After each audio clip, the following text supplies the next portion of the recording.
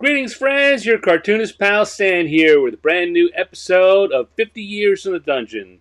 The show I'm doing to celebrate the fact that tabletop role-playing, which has been a huge part of my personal life and my career, is 50 years old and then some now. I started the show during that 50th year, specifically celebrating Dungeons & Dragons, the original tabletop role-playing game.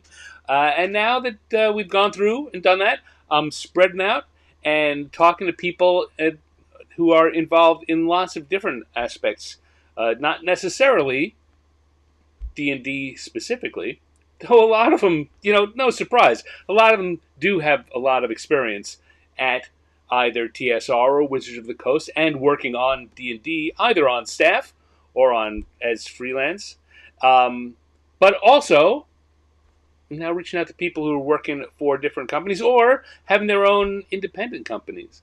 And my guest today has done all of those things. And so we are going to have, I don't know for sure where the conversation's going to go. I know it'll be interesting because he and I have been friends for a long time.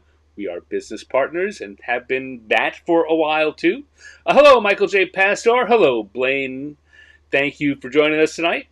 I have now given a little hint, but if you're here, you probably know that my guest is Owen K.C. Stevens, who has been a game designer on staff.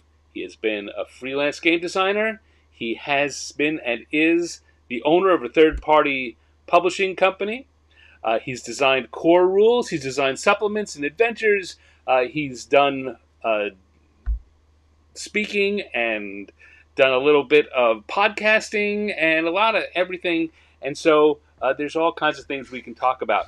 And that can't start, though, until I hit this button here and bring him on and say, hey, Owen, thank you for coming on. I appreciate you being on the show. Hi, Stan. Thanks. I appreciate you having me on the show. Hi, folks. Hey, Cindy Robertson's here. Hello, Cindy. Hey, Cindy. See ya. So like I say, you and I go back a ways and have done a lot together in this, the second half of the history of tabletop role-playing games. Yeah. It was really it was kind of oddly surprising to me as I was doing the show and realized that basically the switch to third edition is the halfway point in the history of tabletop role-playing games. So anything that I think of as that point or beyond is the second half of the hobby's history. We've done a lot in that second half. But we did a little in the first half. Yeah. I was working at Wizards of the Coast when third edition came out, although that's not the game I was working on. And later, from 2014 to 2019, I was working at Paizo. And at one point, I was telling one of my stories about early days of the edition of D&D that I was at Wizards of the Coast on. And he went, oh, 4th edition? No, 3rd edition. Oh, I was in grade school. Oh, great. All right. Yeah. Well, congratulations. Now you've joined that generation. Well, and I don't know that we're at the story time portion yet, but when I went to Wizards of the Coast in 2000 and the book was first coming out, there was a release party, and Kim Mohan was at the release party. And there were a bunch of us, me and Bruce Cordell and several other people, were sort of sitting around him as he held court, I think, without meaning to. And I was like, "Oh yeah, I loved your run on Dragon. I would bike home from school, and I would see if a new magazine had come in." And he was like, "Stop, no, really, stop." And so I stopped. But at the time, I was like, I don't understand why he would not want to hear this praise. And now I've had people talk about, I grew up on 4th edition. And I'm like, oh, I grew up on 1st edition. Yeah. And it can make you feel old. Yeah, I was going through my dad's stuff, and he had some of your things. And even that is better than when I occasionally get, hey, are you related to the guy named Stevens that did name generator articles for Dragon? I hope so. I'm wearing his underwear. That I know we're just getting started. That's the second underwear joke you've told to me tonight, and No, it's not. It's the same underwear joke, and I've told it twice. fair. But I've got an upper limit on those, and you're quickly approaching it. Okay. So, hands off the underwear. That sounds like a slogan.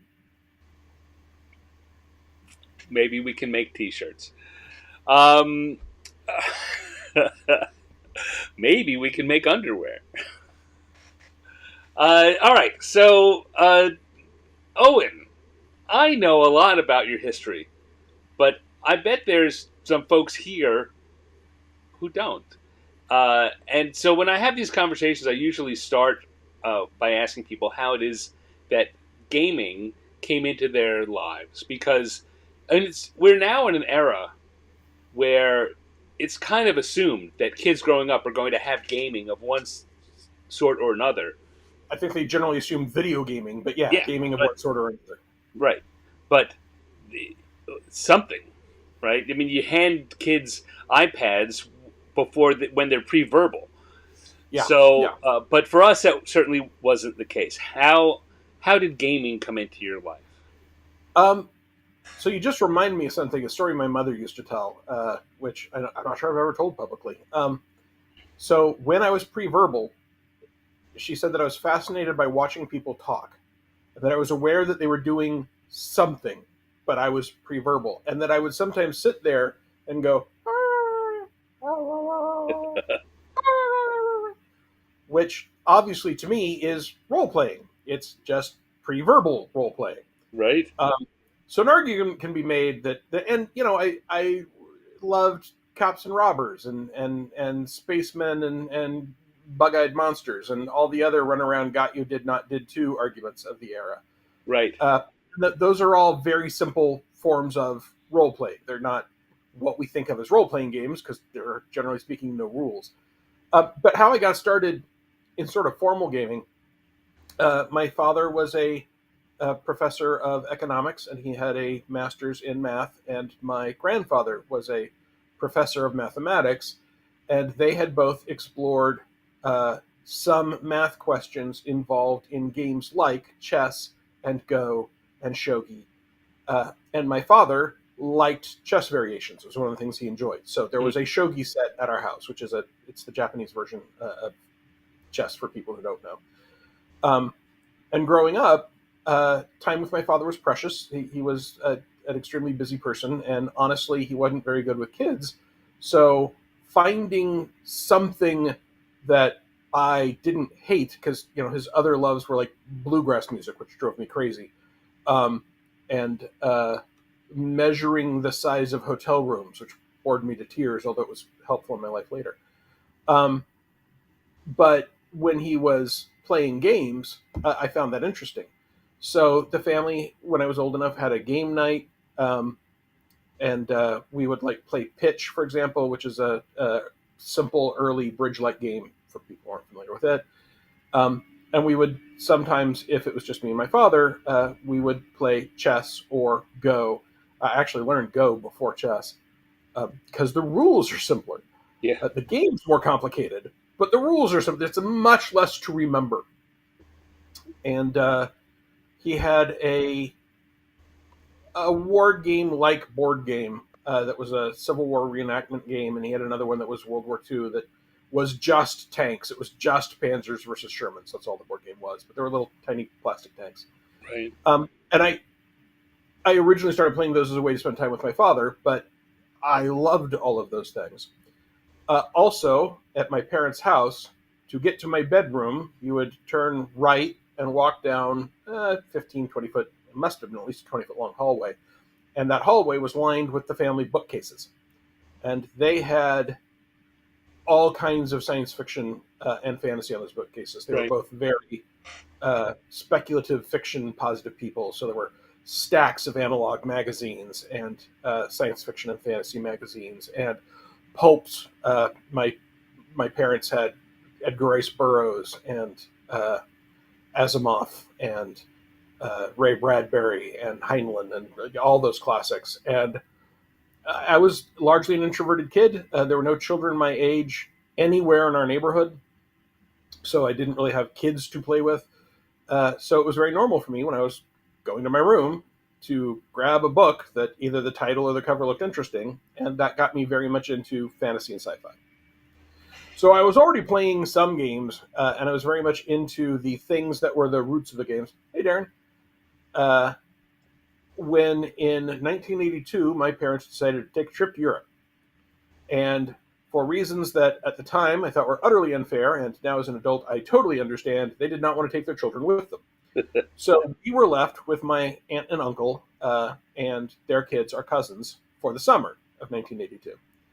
And my uncle was at least as geeky as my mom and father were. And he had a finished basement where a lot of things that I came to love were in that basement because I had a summer to run around and learn new things. So he had Asterix and Obelix books, for example, which became one of my quiet passions.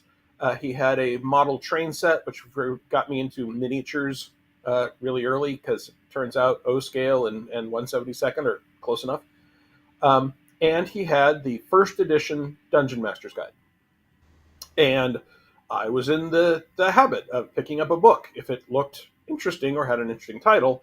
And that bookcase was Asterix and Obelix, Asterix and Obelix, Asterix and Obelix, Asterix and Obelix, Dungeon Master's Guide.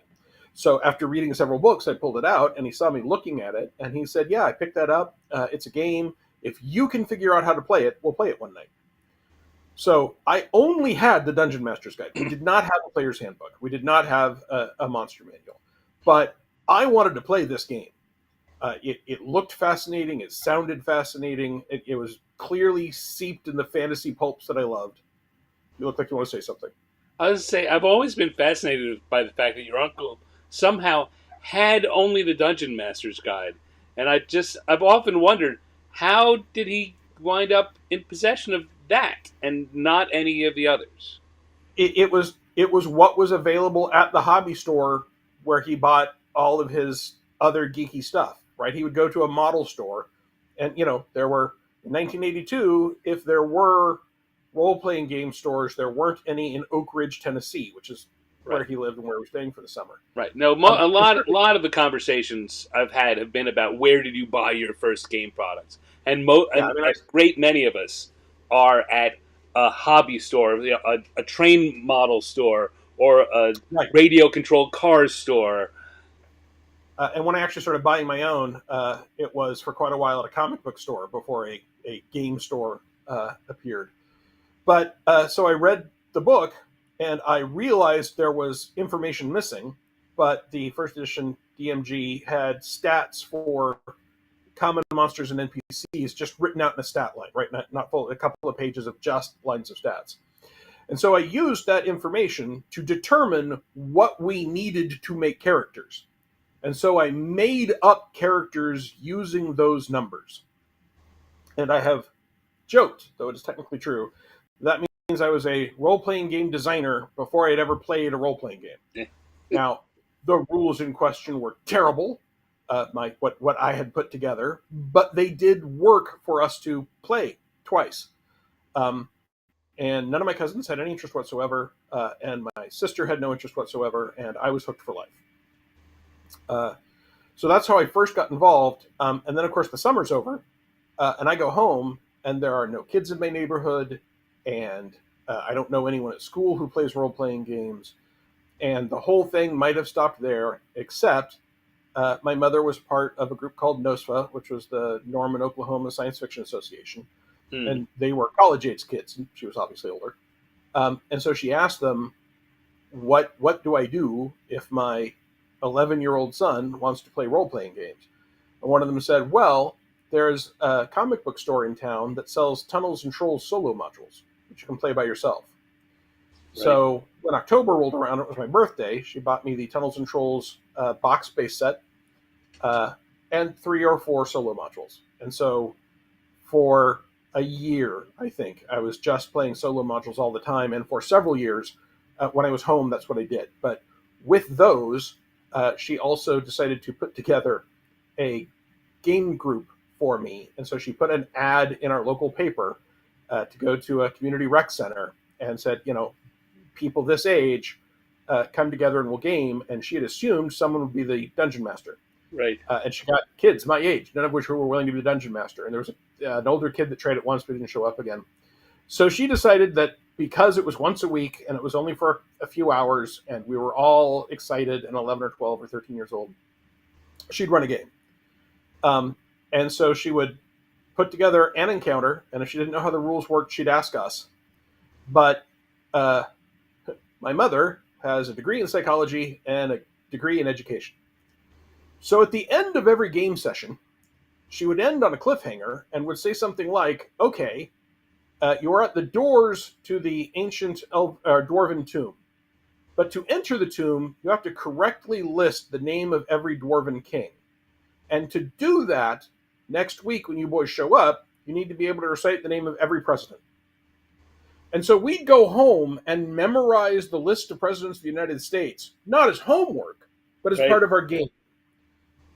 Or later it was more complicated, right? If you want to make a treaty with the Lizardmen tribe so they will help you with your war against the orcs, you will have to convince them that your form of government is good. So I want you to each write a 50-word paper on democracy. And we would do that. And not once did we think of this as education or homework. It was always, the meta game, right? Thinking about what we're doing and preparing for the next game session. And she did that for a year and a half, until we found an older boy who wanted to run a regular game session. That's your mom, who I've met, is a wonderful and brilliant woman. Yes, she is. All right. I so I'm the geeks, right? I mean, she got to see the Delta Clipper fly. She's been in a Vomit Comet 0G airplane. She's helped put on the International Space Development Conference more than once. Impressive. All right, I'm going to switch over here. I'm going to start working on a drawing, which I asked you what you would like to see, and you said the cover for the first edition Monster Manual 2. So that's what we got here. Jeff Easley's drawing or painting for the Monster Manual 2. Yeah, so I took all of my birthday and Christmas money in 1982 and bought myself the Dungeon Master's Guide, Player's Handbook, and Monster Manual. And those things got beat up all to heck. This book, Monster Manual 2, came out in 1983, so that's the next year. And my parents knew that I did not save enough money to buy it for myself, and I was expecting to buy it with birthday and Christmas money. But instead, my parents bought me the first edition Monster Manual 2. So it was the first game book my parents bought me. And they inscribed the inside with the year and that it was my birthday and a cute little note. And then my mother covered it in clear contact paper because she'd seen that I would get Coke and Cheeto dust and crayon smudges and paint on my game books. And to this day, my Monster Manual 2nd edition looks pristine and shiny compared to all my other old 1st edition books that look like I have used them as badminton tools. Which, is great, but there's something about the game book that looks as like it's been through a campaign itself. Oh, absolutely. I mean, I don't carefully keep my books sealed in plastic or anything. My game books are here to be used. Although more and more nowadays, I appreciate PDFs because of search functions. Also because my eyesight isn't what it used to be, and a PDF I can zoom in, and I can have 100 PDFs in the space of one Monster Manual 2, etc. But I like that the first D&D book that my parents gave me looks so new and shiny. And it has a special place in my heart, which is why I suggested it for the art for today. And Stan was noting that he had never noticed before that ogre or giant or whatever it is holding that halberd weird. My theory is that he's trying to stab the presumably human hero Although, for all we know, right, that could be a gnome and a human-sized bad guy. I don't think the book It says... doesn't seem that way, but yeah. Right. It doesn't seem that way. But yeah, the other thing about this is how we've got a character here and how little we can see of that character, right? uh-huh. That is just like it's like one of those uh, Batman covers where it's all cape. Well, and when I was 14, 15, 16, maybe even 17, it was very common in the games I played to take things from mass media and fiction and turn them into magic items or base characters off piece of fantasy art. Right. And that cloak was a major magic item in one of the campaigns I played early on. I think because the only thing we had a really good idea on that character, what it looked like, was the cloak. But if memory serves, it was a cape of flying that also gave you a permanent displacement. I think that's right. It's been a long time. All right, so so now we've gotten to the point where you're playing. You got someone else who's running for. Did those people you were playing with become friends or? Yeah, they did. They were not my lifelong friends, and I think that is because I was in third or fourth grade when I met them, and we were in the same school for a while. But when we went to middle school, 6th, 7th, 8th, they did not, for the most part, go to the same school I did. So they weren't in my neighborhood, and I wasn't seeing them at school anymore. And sometime during that, we stopped getting together to play the game. The older kid who'd been running games for us went off to college. So it was not that first generation of people that I really sort of befriended forever, but the next generation, which includes friends that I game with to this day. In fact, one of them is our housemate, and another one was just visiting here 5 minutes ago. So there were, maybe 3 waves of friends, obviously with some overlap. And the first group were really the friends with which I went through all of the Munchkin 13-year-old bad habits of role-playing. But also, once I discovered that more people did this, I would role-play at Boy Scout camp, and I would role-play with kids, or at least talk about role-playing at Sunday school, and just I would find the kids who could role-play anywhere. But then when I went to 6th grade, I started carrying some D&D books around with me at school, and it became my geek flag. And right. One of my longest running friends did not play D&D at the time, but he did play Starfleet Battles. And so he saw that I had a D&D book, and he was like, "Oh, you into that kind of game?" And so we started playing D&D together, and then we played Starfleet Battles together. And for a while, Starfleet Battles was one of my really major habits for gaming. I don't have that kind of patience anymore.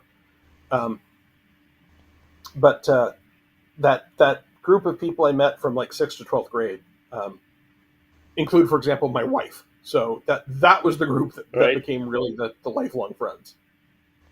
So what were you playing besides? Clearly, we now know Starfleet Battles was one of the things.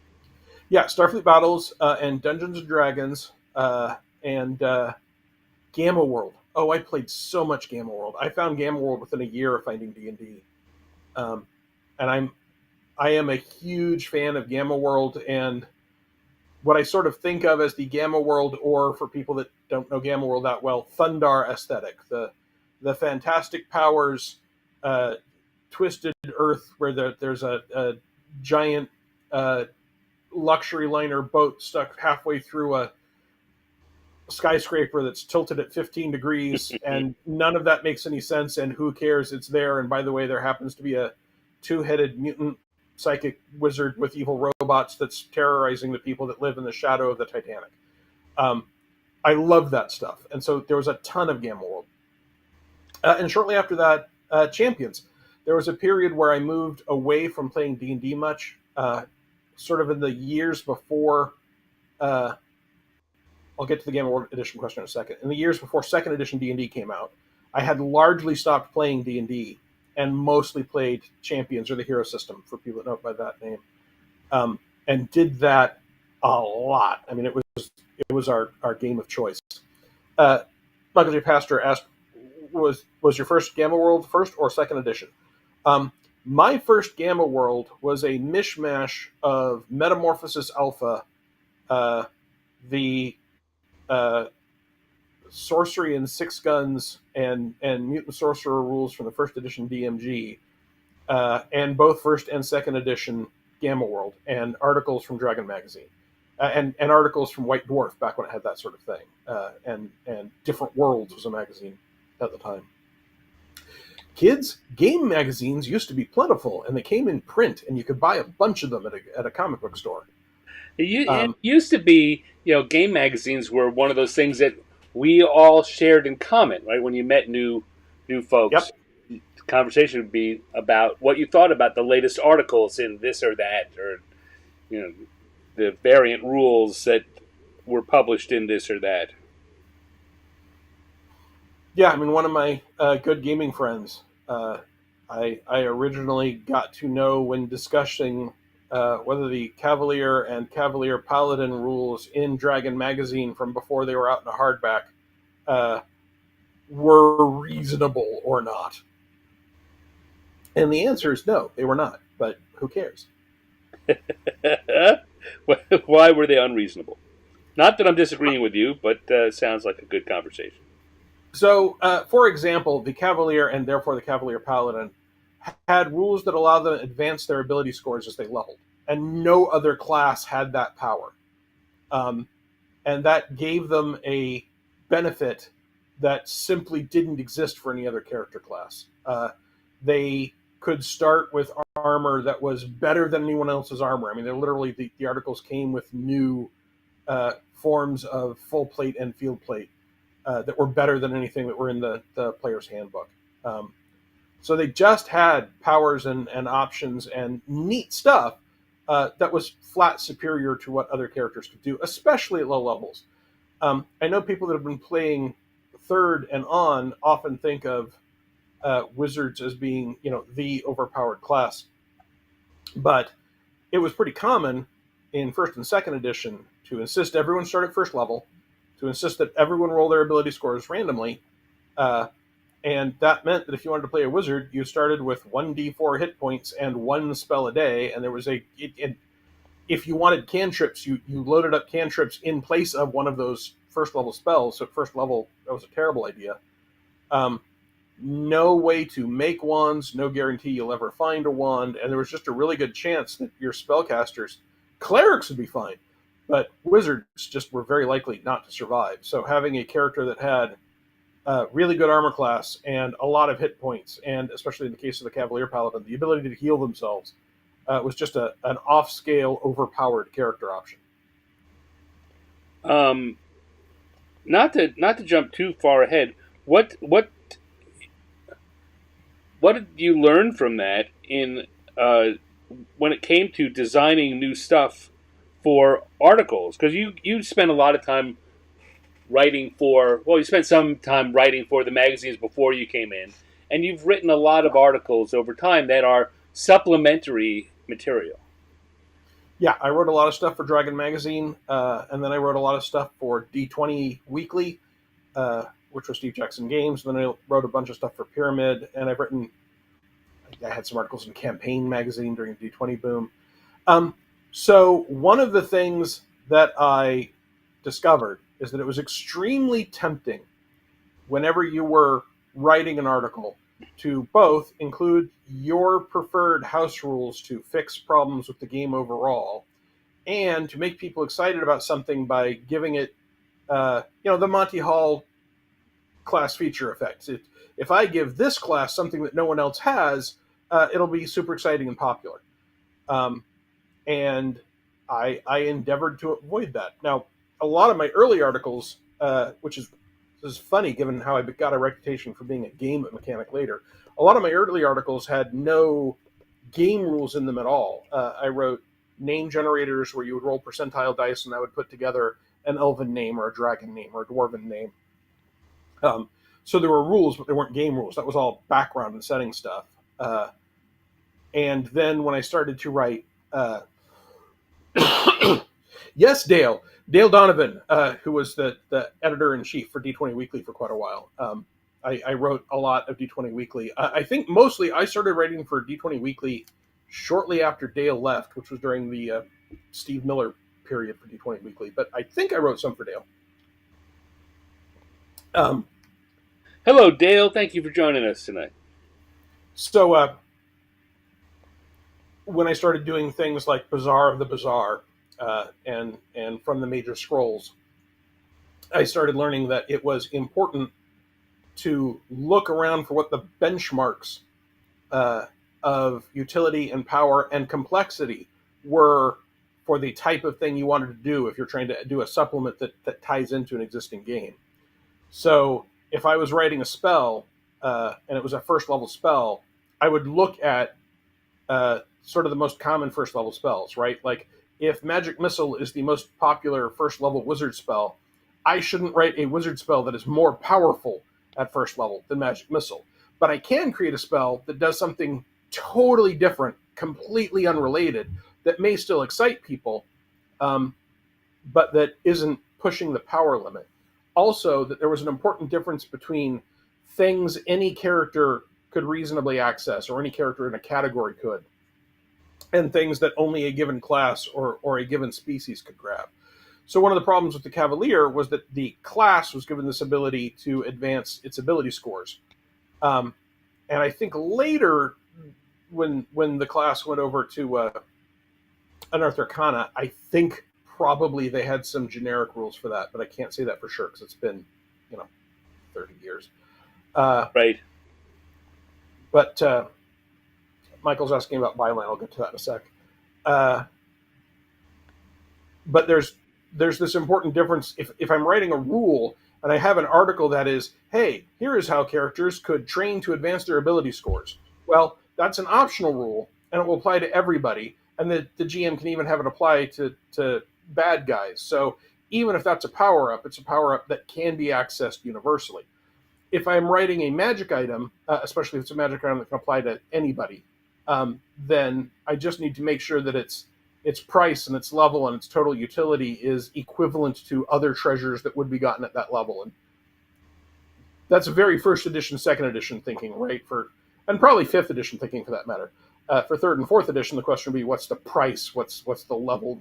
How expensive is it to make, etc. But there are these benchmarks, and it's important not to move outside the benchmarks, or you're contributing to power creep, making the game make everything get a little more powerful and a little more powerful and a little more powerful until stuff from the core books is no longer relevant to what people are doing. Right. And I think that's usually bad game design. There are exceptions, right? Like Paizo did the mythic rules for Pathfinder, which were very specific. Hey, here's a set of rules where everyone can become ridiculously more powerful regardless of their level. It had a different tiering system. Well, that was a capstone system, a system designed to be put on top of the normal rules that was explicitly for making everything more powerful, and had rules for, at least in theory, they didn't always work well, for how to run games for those people and do the same sort of things with monsters and villains, just so you could have this new lever you could crank on effectiveness.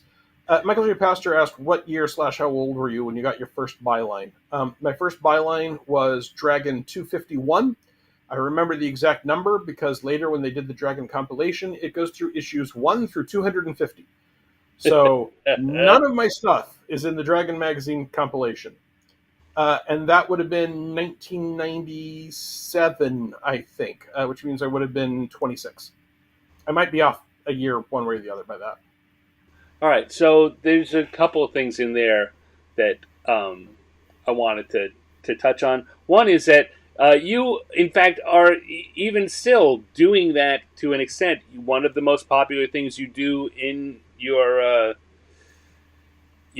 Patreon right now, and you've published several of these in PDF, is horrifically overpowered stuff. It's not all feats, right? It's horrifically overpowered stuff. So originally, it was horrifically overpowered feats, which was for Pathfinder, and it was, like it says on the label, specifically feats that were much too powerful for the baseline power of feats. And that came about because I kept having these ideas for how you could do something that is well defined within the game mechanics. By which I mean I'm not adding things that won't be understood by someone who understands the rules.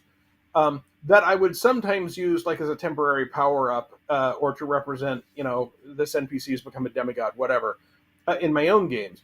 And I was telling friends of mine, I can't ever publish these because they are, they're off scale and I'm using them for specific narrative purposes in a group I know whose preferences I understand for specific purposes. And a friend of mine, one of the longtime gaming friends that I've known for 40 years, 41, 42, more than 40 years, he just looked at me and said, well, why don't you just publish it and call them horrifically overpowered and let people decide whether or not to use them? So we put out a book on horrifically overpowered feats, and it was a smash hit. It remains one of our best sellers. And the tagline was, don't use these. I more than once when discussing these have said, hey, game masters, if a player brings this to you and says they want you to let this in your game, say no.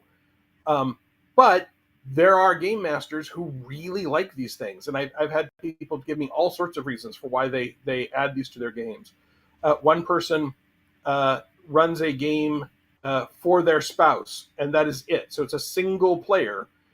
And it was very frustrating for them. The spouse didn't like to have to play multiple characters, and the game master did not like having to modify pre-published adventures. And they discovered that if they let the spouse's character get horrifically overpowered feats, that character could by themselves handle a regular module at a level that they found fun and satisfying.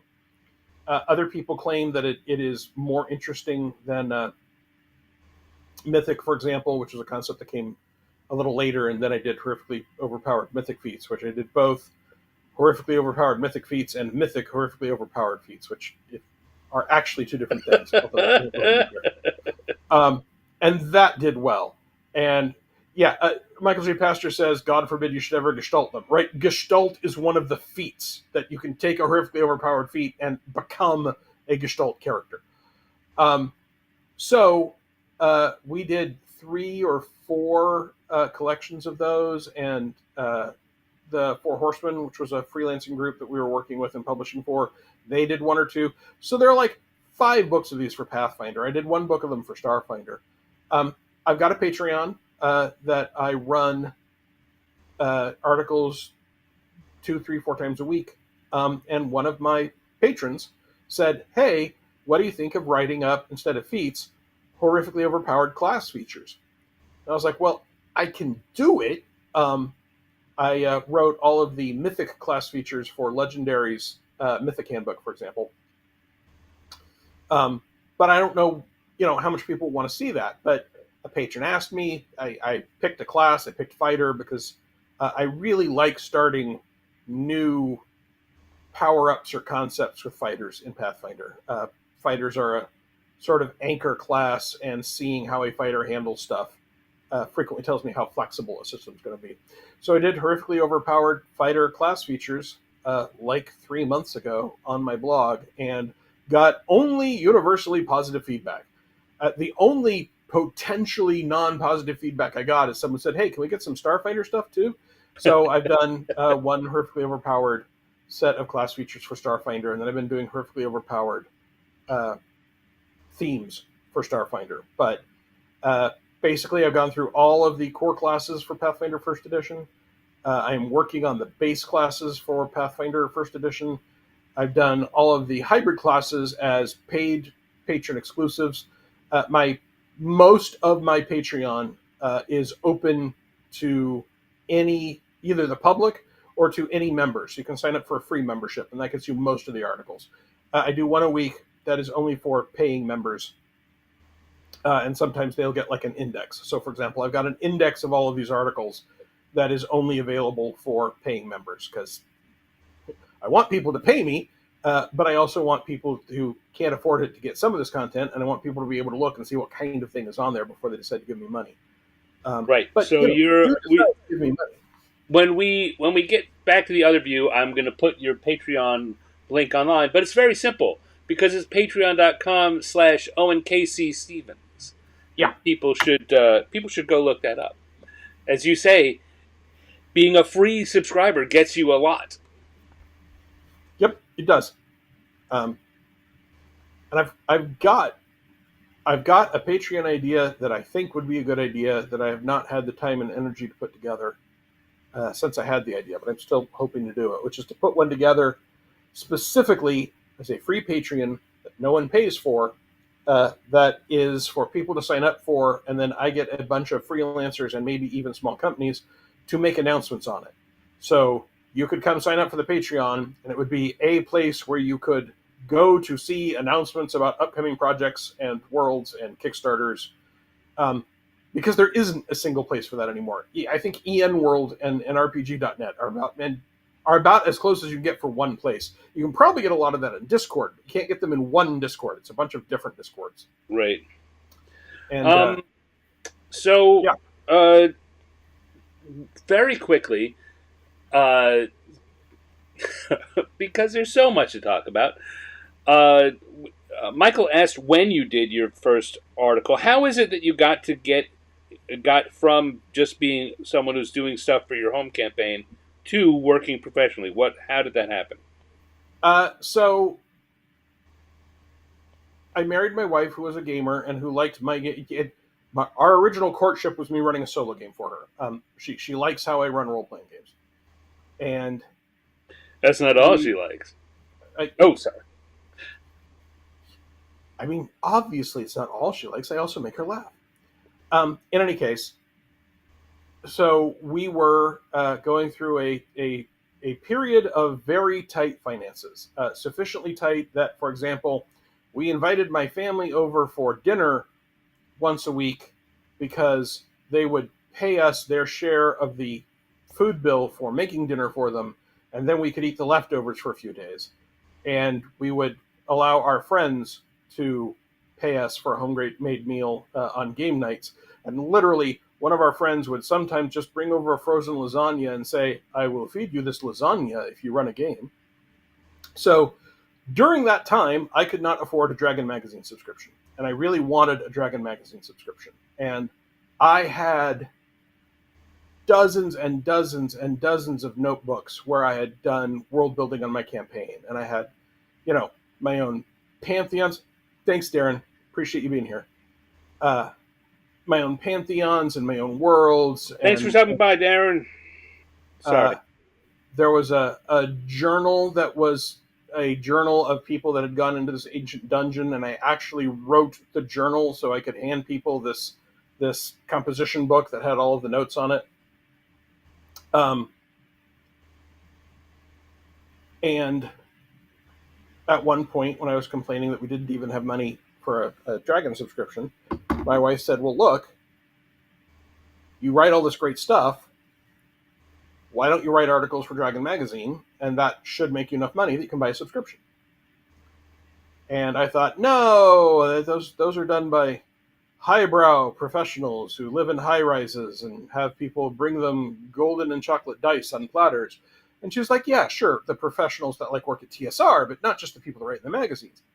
And if Stan's eyes were to roll any harder, he'd flip out of his chair. But anyway, this is the way I viewed the world at the time. Well, you know what? We've all been there. We all have.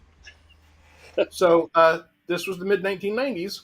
So I wrote for the writer's guidelines and mailed in that request with a self-addressed stamped envelope, and got back the writer's guidelines, which told me to pitch 3 to 5 articles.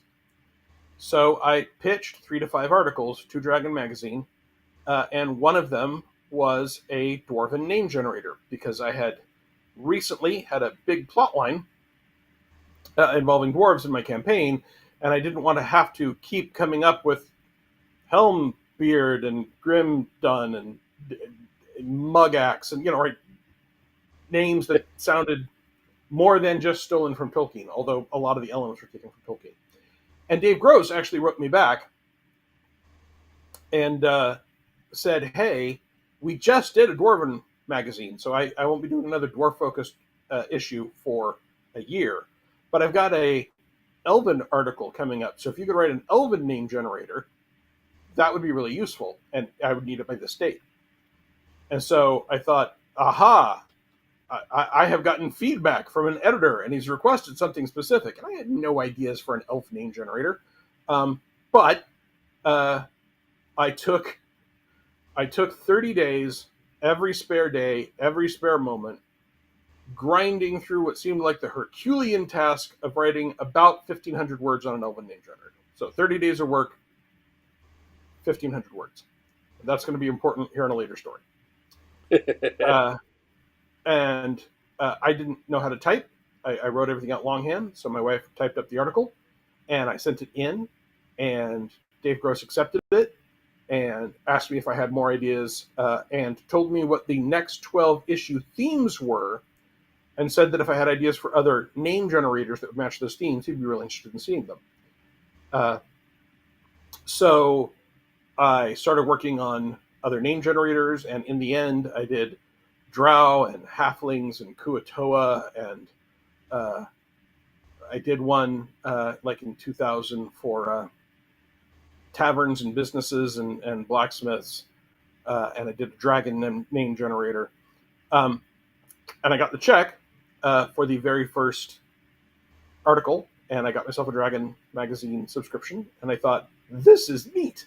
If I sell more articles, I can buy other game-related things, because it'll be outside our budget. And then my wife, who had waited until I had that check for that first article, and that I had successfully sold one and had gotten what I wanted, and I was working on other articles, told me that she wasn't going to type them up anymore, but here's software to learn how to type. And it was a typing zombie game where you have to type fast enough that zombies don't come eat you. And you have a certain number of resources, and every time you have a typo that you don't correct within a certain amount of time, one of your resources is gone. And either if the zombies catch you for speed, or if you run out of resources for errors, you die. So I grumbled a lot, but I had to admit that there was no reason I could not learn to type, and that my wife had given me a game to try and learn how to type, so I learned how to type.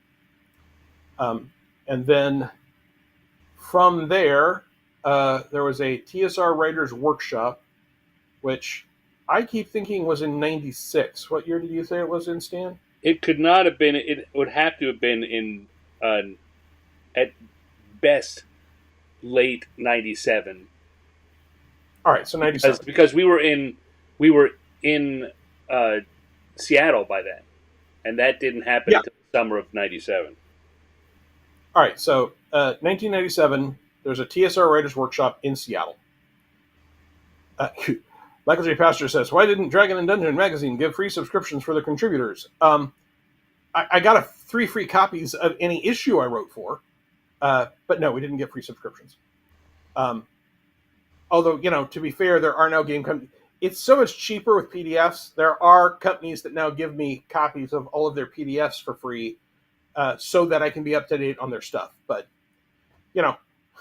I literally wrote for Kobold Press's first Tome of Magic so that I would get a free copy of the hardback, right?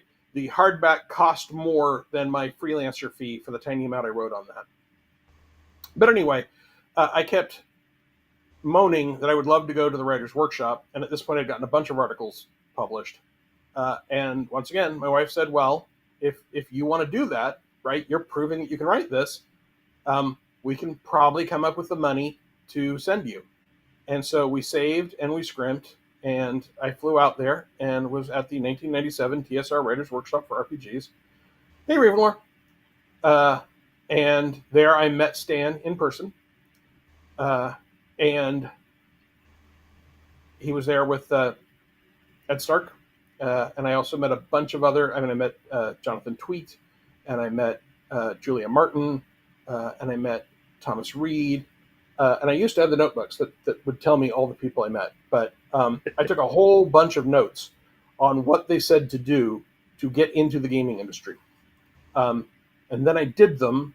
And then in 2000, Wizards of the Coast was hiring for people to work for the Star Wars D20 role-playing game, and they hired me. So how did you meet Stan? Yeah, that's my next question. And see, this goes back a little bit. I was really super unbelievably introverted. I was so introverted that when I realized I was starting to be asked to do things like speak at conventions, this is before I was even hired at Wizards, but local conventions want to have me on panels because I had successfully freelanced game content. I joined Toastmasters to force myself to learn how to speak in public. And it does not come naturally for me. I do great with a small collection of friends. This is one of the reasons why one of my favorite things to do at a convention, back when I went to conventions, was to sit in a lobby or a lounge area and get spotted by people that know me who gather around, and then we talk and have a good time. But talking on a show like this, or talking in public, or even talking on the phone, none of those things come naturally to me. And I am burning mental endurance to be outgoing and friendly and talking to a group. But Toastmasters taught me how to overcome that, so I can do that now. But before all of that, I tell you, one of the things, and I've told you this personally, it is, I know that people, I know you well enough to know how true that is, but you are so good at it that there are a lot of people who don't believe it. You have you've really mastered the skill that that you're no good at.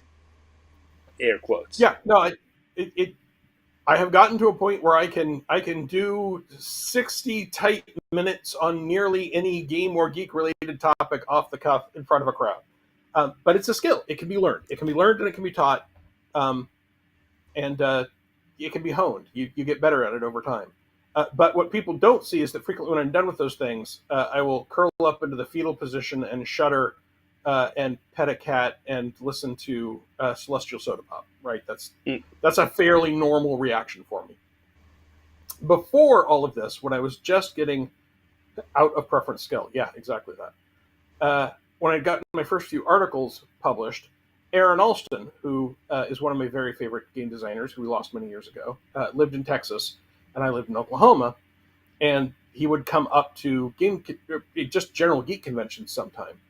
And my friend Carl and I spotted him in the lobby one day at a convention, and Carl said, "Follow my lead," and he walked up to him, and he just said, "Mr. Alston, we're big fans of your work on Champions and a lot of your novel writing and some of the other things you've done. Can we take you to lunch?" And as I can guarantee you, most game designers will, as long as they feel safe. Aaron said, "Yeah, absolutely, take me to lunch. That sounds great." And looking around at our options, there was a nice restaurant there at the hotel where he'd eaten all of his meals for 3 days. And so he was like, "If you guys have a car, what I'd really like to do is go down to that Wendy's." So we took Aaron Alston to Wendy's, and he let us pick his brain for like an hour and a half. And one of the things he told me was, when professionals are at events like this and they're being in public, they're there so people can talk to them. Okay. Fast forward to 1997, I'm at the TSR Writers Workshop. Stan and Ed have done what they called up front the Stan and Ed Show, which is very entertaining but also very informational. And that was done at the Wizards of the Coast Game Center, which no longer exists and was a wonderful mecca for a while. And next to it was a restaurant called Dalmoody's, which is a Wizards of the Coast owned game-themed cafe kind of place. And after their talk, it was the lunch break. And so we all filed in there, and Stan and Ted sat at one of the tables in the middle of the restaurant. And they were entirely circled by people from the workshop at different tables staring at them.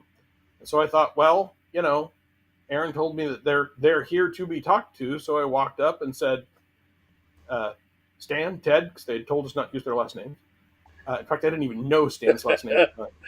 Do you mind if I join you? And they're like, no, please, we're here for people to join us. So I sat down and started talking to them, mostly about Birthright, which was a fascinating. Stan could do an entire show just talking to Ed about Birthright. That would easily fill 90 minutes. In fact, I'm hoping to get Ed and a few other people from the Birthright team together to do a panel show.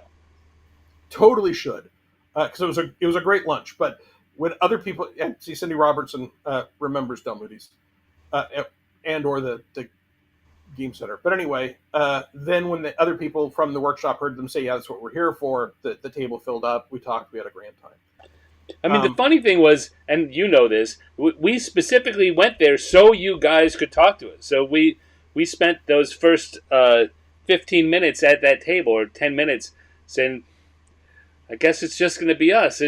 They're just going to sit around and stare at us. Okay. I mean, it's amazing to me now to remember how intimidating the people that created stuff I loved could be just by existing, right? I knew who Stan was. I knew who Ted was. I had a copy of Birthright. I had Dragonlance.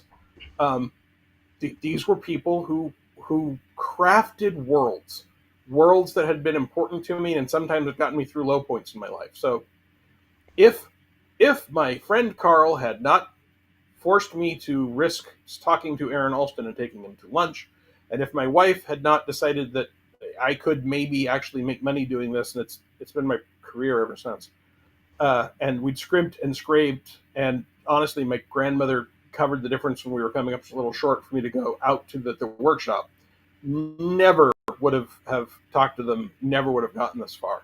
But I also had a little tiny blue cloth-bound book, it's about this big, from the 1930s, which my father had given me, called How to Get a Job. And there was no listed publisher that I recall, and I don't know who wrote it.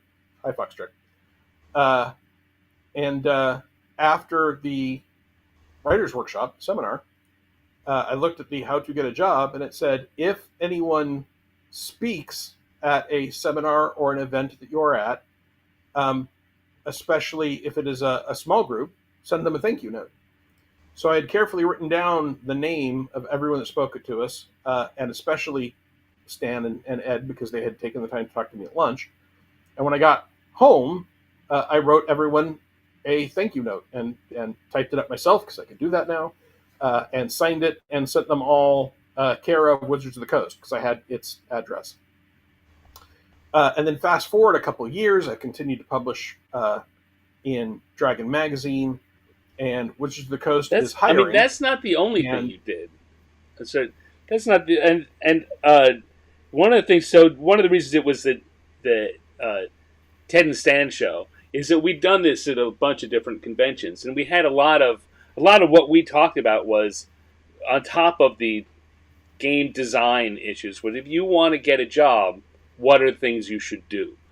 And we listed out things like the stuff that was in that book. Like you should follow up, and you should send a card, just a greeting card around the holidays, or a letter every half year, three times a year, just saying hi, just saying, I really appreciated what it was you did. I hope I'll see you at Gen Con, or if we go to Gen Con, I'd love to have lunch, or just to keep yourself in mind. And we'd given that advice to literally dozens of people at lots of conventions, and no one did those things. Owen did all those things. And therefore, when Wizards of the Coast was hiring in 2000, I applied, and they recognized my name, right? Dave Gross recognized my name because at that point he'd given me his email, which was an amazing change in the speed of being able to get articles sent in approved, and for that matter, get paid for them. I'd been sending Stan and Ed and several other people holiday cards. I had sent them the thank you note. And so they recognized my name. They see him doing this work. they approved me for a design test, which I wouldn't talk about for a long time because they used it for a long time, but obviously it's different now. I don't know what it is, but it would obviously be different. But at the time, it was write up one encounter.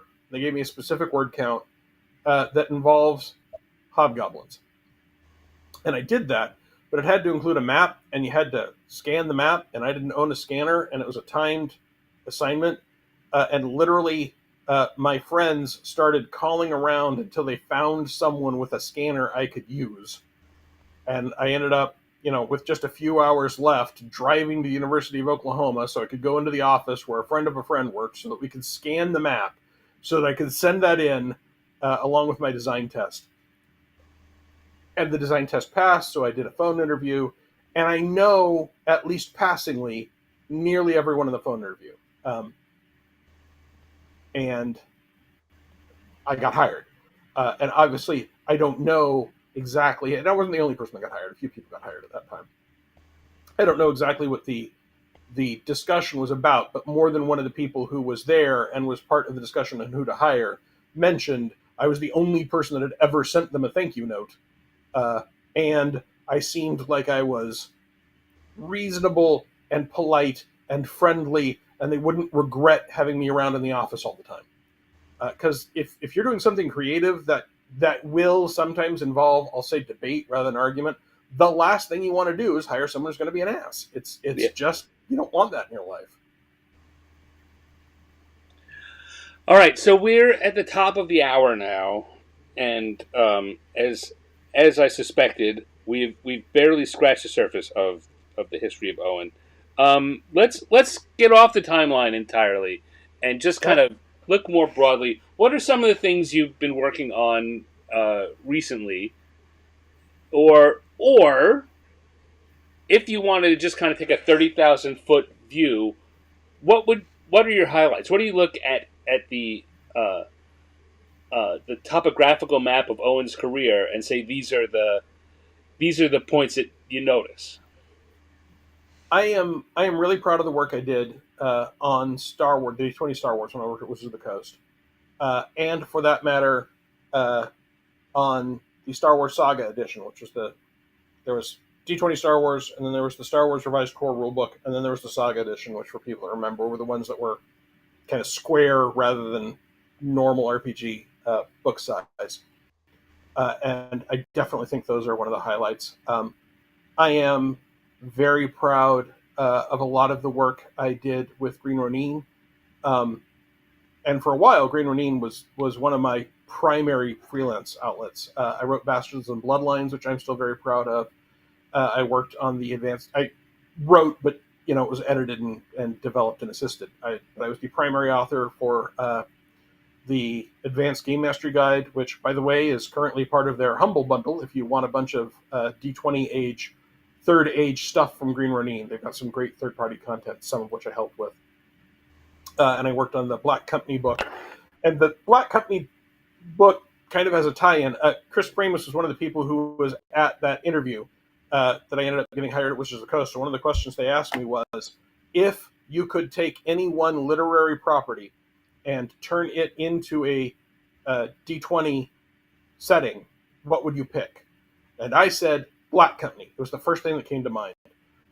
The other one I might have said would have been Valdemar from Misty Lackey, but I said Black Company. And so later, Chris Pramus, through Green Ronin, which he co-owns and runs and started, wanted to do a D20 compatible Black Company book, and he remembered I'd said that, and I'd already written some things for him, so he contacted me.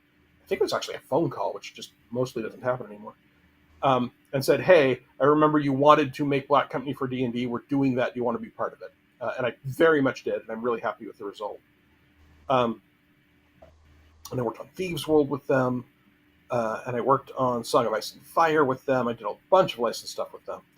I don't talk about it much anymore, but I'm also very proud of the work I did for the EverQuest D20 tabletop role-playing game, which was one of the early complete D20 role-playing games. I think it came out in 01, maybe 02. But I wrote, I think, all the classes, although it's been 25 years now. I think I wrote all the classes for that, and I certainly wrote most of them. I wrote the Norath region book with help from my friend Carl. I wrote the Befallen Dungeon. I wrote a bunch of EverQuest content. And then I started working for Paizo, originally because Paizo had the license for Dragon Magazine, and I was still doing articles. And then they started doing Pathfinder, and that was just a natural evolution for me to continue to do Pathfinder work. And sort of the same way I got hired at Wizards of the Coast, I ended up getting hired at Paizo, and then I freelanced for them so much that when a position was available, I wrote in and applied and got a design test and some interviews. And Eric Mona already knew me. He worked at Wizards at the same time I did. I'd been working with Wes Schneider for a long time at that point. Several of I'd written one entire book for them, the original Guide to Absalom, and a bunch of smaller content. So they hired me in 2014, and I was there from 2014 to 2019. And that was the time when I was one of the 2 design leads for the Starfinder role-playing game, which won an Origins Award, which is my one Origins Award. And I think Starfinder is currently the thing I'm proudest of. Awesome. All right, so I'm going to stop drawing now. I love what you have so far. This is one hour's work, so there we go. I will, of course, as people who follow the show know, I will finish these. I'm behind. I just was showing Owen beforehand. I finished one this afternoon. So if you're a subscriber to this show's free newsletter, you'll be seeing that real soon. The rest of the world will see it eventually.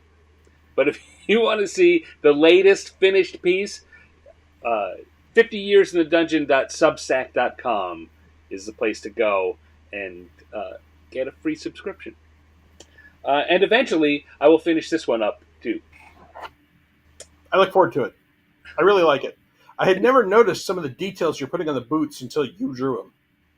Yeah, well, and even I'm like there's shorthand, right? It's a cartoon. There's a lot of shorthanding going on in all of this, but yeah, but that has been one of my favorite book covers for decades, and I'm like, I had never really noticed that wasn't just a boot. Yeah, yeah. Like I was saying, we were talking earlier about the upside down pole arm. I learn a lot about all of these things when I actually sit down to draw them. I'm forced to look at them in a way that I never had to before. Yep. And when it's Jeff Easley's work, there's a lot of cool things to find. It's rewarding. And any of the people who are doing these covers, it's rewarding to take the time to look at them carefully. Anyway, I'm going to put that aside, and I'm going to come back here to where it's just you and me. And I will, as I promised, patreon.com/Owen K.C. Stevens is the place to go to do that.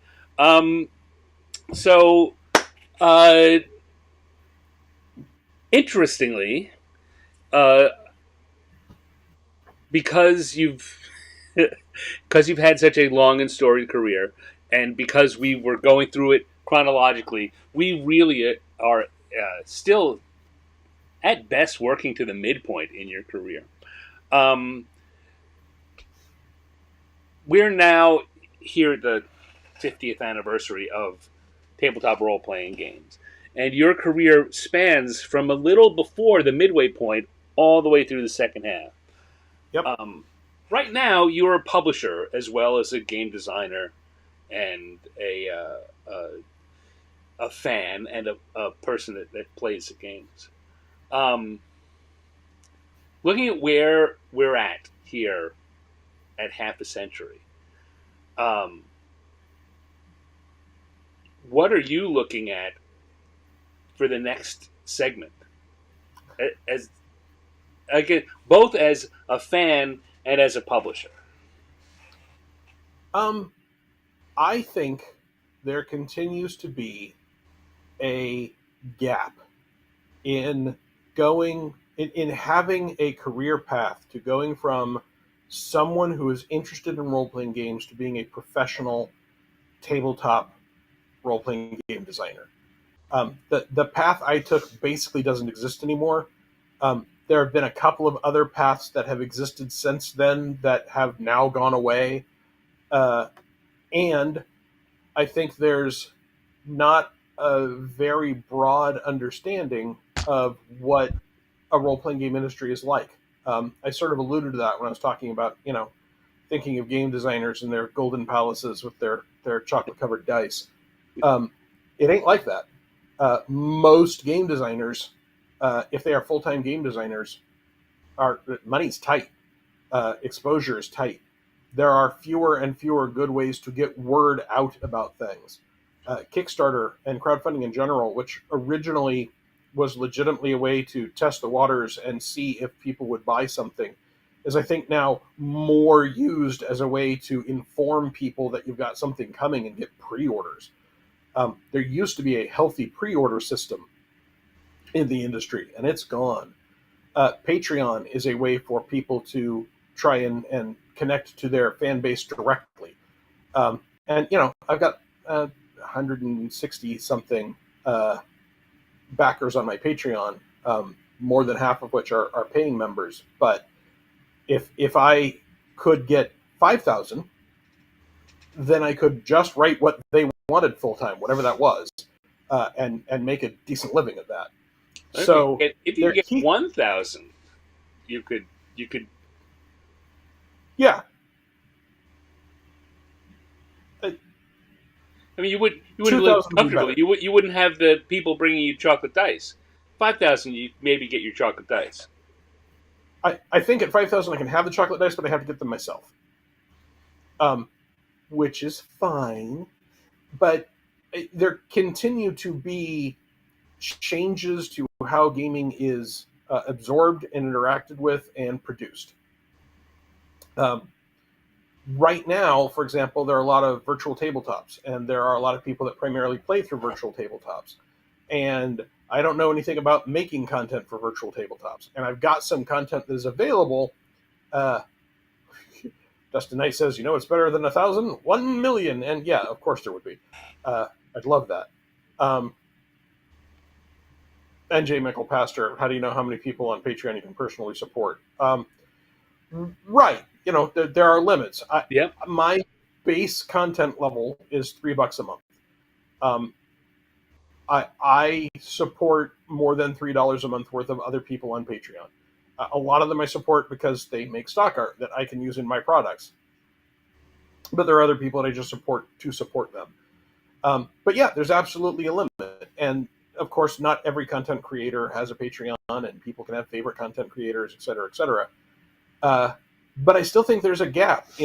I feel there has to be a way to monetize this extremely popular, extremely interactive hobby at an industry level where well-known veteran creators of it don't have to run GoFundMe campaigns to cover medical bills or retirement bills or emergencies, because that's really common right now. And that is what I really am curious to see. Does it happen? Can it happen? Or is plagiarism machines in the form of generative AI going to create such a glut of content that even if what you make is better, no one can find it? Or is it going to get so good at making content that no one cares if yours is better because it's not enough better to pay for? And I do not know which of these things is going to come around. And Michael Pastor mentions it's the same thing in the comic book industry. Yeah, it is. I used to think that writing for comics or writing novels was how I would get rich. And now I know a lot of people that write novels and write comics. And, sometimes when I mention that I'm working on something for 15 cents a word, their reaction is, ooh, how do I get in on that? And that's not the entry level of the game industry. I've been doing this for 27, 28 years. But there's still this disconnect. And it seems like right now, money is most likely to go not to people that create the game, but people that find an entertaining way to play the game as entertainment. And I don't begrudge them that, but that's still not directing a lot of money to the original game creators. Yeah. Well, I mean, the the problem always is that if you have something which is consumable, a like a show, your audience is bigger than the people who are going to play your game, right? And just what we're talking about, the key to making your living at this in the current era, I think, is getting enough people who are willing to give you a very small amount of money. That you're popular enough that you are, as Michael J. Pastor said, there are so many creators, no one can support them all, and no one should. I don't expect anyone to pick me, but some people will pick me, and the key is to get that number up high enough so that the what used to be called microtransactions are enough for you to make your living on. Yeah, I definitely think that's one important route. And more than once I've done a project with someone because they have a vision for a different way to direct money to the creators of the game. Yeah. Occasionally that works to one degree or another, but more often than not it doesn't. And I have to end up not doing another project with them or parting ways kind of permanently, or at least until they change whatever their business practice is. But I still believe that there's got to be a better solution than what we've got going right now. So you've got a Patreon, which you got up there. People want to join. Yep. There's that. You mentioned the GoFundMe, and the fact of the matter is that you also have one of those because you are on, thankfully, the right side of a couple of years long fight with cancer. Yeah. We discovered in 2013 that I had cancer. 2023 that I had cancer. And our best guess is that I got cancer in 2014 or 2015, but that we didn't detect it early. So I did a whole lot of chemo, and eventually we also had to do radiation. And I had a deep vein thrombosis and a pulmonary embolism and an E. coli infection. And I had a stint put in for infusions that the insurance company was willing to pay for the surgery to put in the stint, and then they weren't willing to pay for liquid chemo to use it, so I had to take pills. And we just had that removed, and I still have had for a month now a bruise from that surgery because blood got trapped and that surgical stuff. But anyway, it turns out radiation therapy is expensive, and I make enough money as a freelancer to pay for insurance. I don't make enough to pay for great insurance. I do have pretty good insurance, and even with that, cancer is horrifically expensive. And I fought it for 2 years. So even though I'm in remission right now, first of all, there's still testing that has to be done every X number of months. I have to either have an MRI or a colonoscopy to make sure that I remain in remission. Also, there are bills that will find you 12, 18, 24 months after you have a procedure. It's insane. One of my insurance companies went bankrupt in the middle of us fighting cancer. So we do have a GoFundMe to help me cover the endless, as far as I can tell, cost of fighting cancer. And when I originally set it up, I had a guesstimate of how much it would cost, which scared the heck out of me. People have been extremely supportive. The whole community has been just amazingly helpful, and that is the reason why I'm not bankrupt and I've got a roof over my head. Hey, John Wick says he's glad I kicked cancer's ass. It seemed only fair because the cancer was in my ass, so kicking its ass seemed like the way to go. Fair play. Hello, John. But it is expensive. And so, yeah, anyone that any amount, anytime, even $1 helps and is greatly appreciated. Right. So, but there's got to be a better way. There has to be a better way. All right. I'm going to put that back up there. Anything you want to direct folks to before we wrap up? Because, I mean, you and I could talk for hours. We do at conventions. We sit in lobbies and talk to people. But we already started a little earlier saying how this is not the easiest thing for you to do. And I can bring you back on. We can do this again. I want to take a quick moment and thank John Wick, who's carefully sharing my fundraiser on his socials. And John, thank you. I genuinely appreciate it. Thank you, John. I want to tell a quick story about John, a super quick story. Sure. In, I think, 2012, but about then, there was a convention in Las Vegas called NeonCon. And Stan and I were doing a seminar about villains. And John was also at the convention and walked through the room on the way from one thing to another. And Stan and I were both like, it's John Wick. John, you're here. We've got some people listening. Real quick, give us one thing to remember about villains. And John paused, looked at everyone and said, the villains don't think they're the villains. And left. And then that was our topic for the rest of that seminar. Because it's true, right? The villains they don't wake up in the morning and go, how can I make things difficult for good and law-abiding? I mean, if they do, it's because they're psychotic, and you can do that. But the point is, there's a motivation, there's a logic, there's a reason there. And you can make some really fascinating villains by thinking about, if they don't think they're the villain, what do they think? Why are they like they are? Why are they doing what they are, etc. So since he was here, the other story I want to tell about NeonCon, and I'm not sure John's ever heard me tell this story.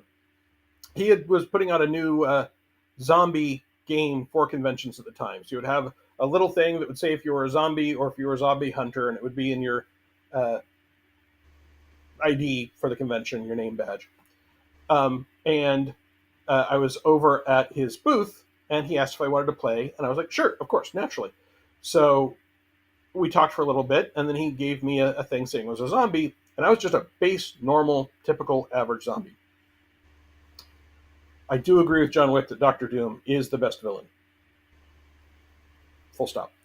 And a bunch of people who were playing the game as zombie hunters, as survivors, saw that I was having a conversation with John Wick, that I knew who he was, and that he pulled stuff out and he carefully set it up on my badge.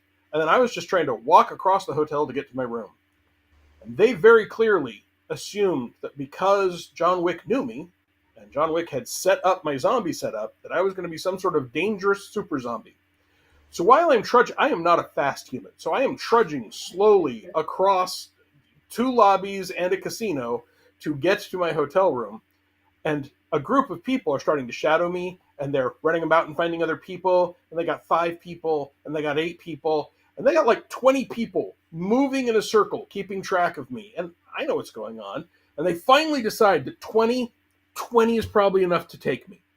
And so they come up, and they're like, okay, you're playing the game. And I'm like, yes, I am.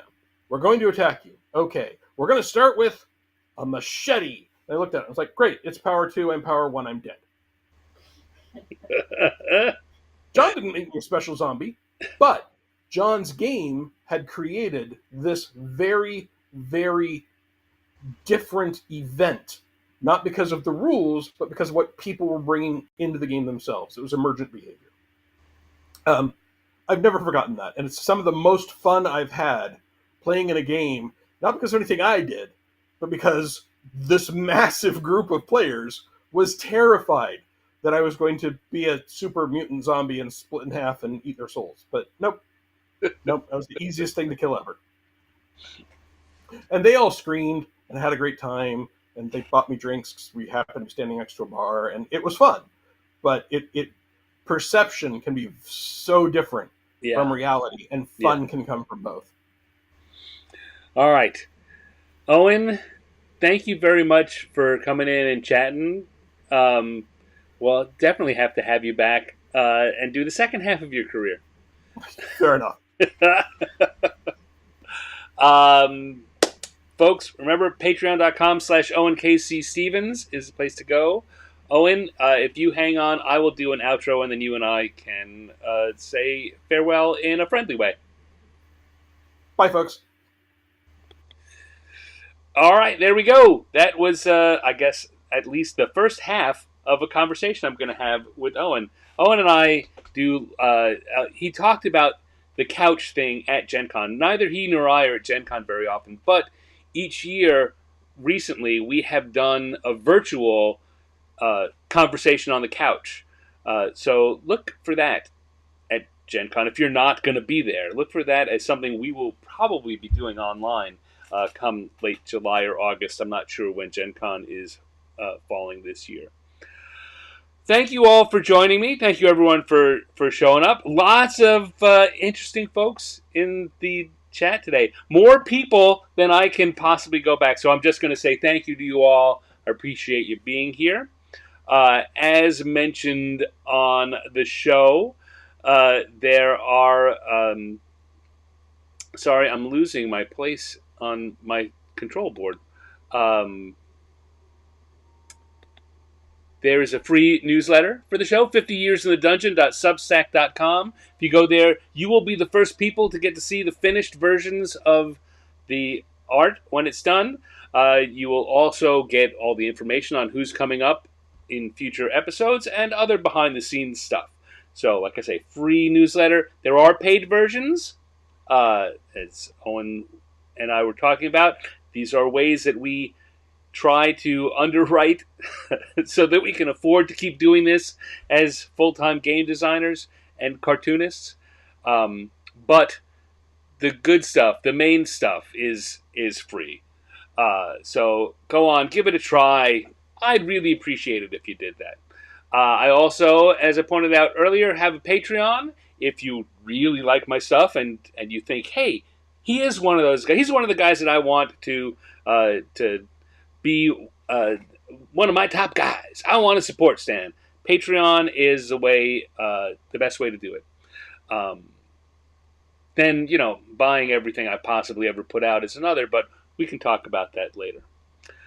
I will be back tomorrow with another episode of Random Encounters, the improv cartooning show I've been doing. We're on episode 102 or 101. Last week was 100. I don't know. We're over 100 now, which is crazy to me. Same time, same YouTube channel, or wherever you're watching this, it'll be there.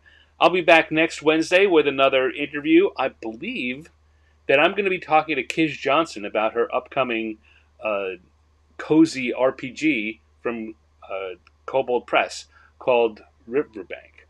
And that's going to be a lot of fun. I haven't talked to Kiz in quite a while, and I'm fascinated by this game. I can't wait to find out more. So come on back.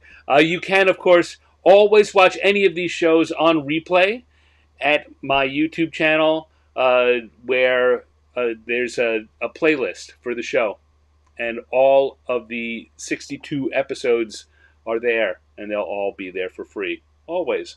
So just go watch any of the ones. See all the fascinating people that I've gotten to talk to. Whew. Thank you again for everyone showing up. I will be back tomorrow. Meanwhile, I'm going to go have a drink of Diet Coke and a dinner, and I will talk to you tomorrow or next week or whenever I see you. Till then, take care. Bye.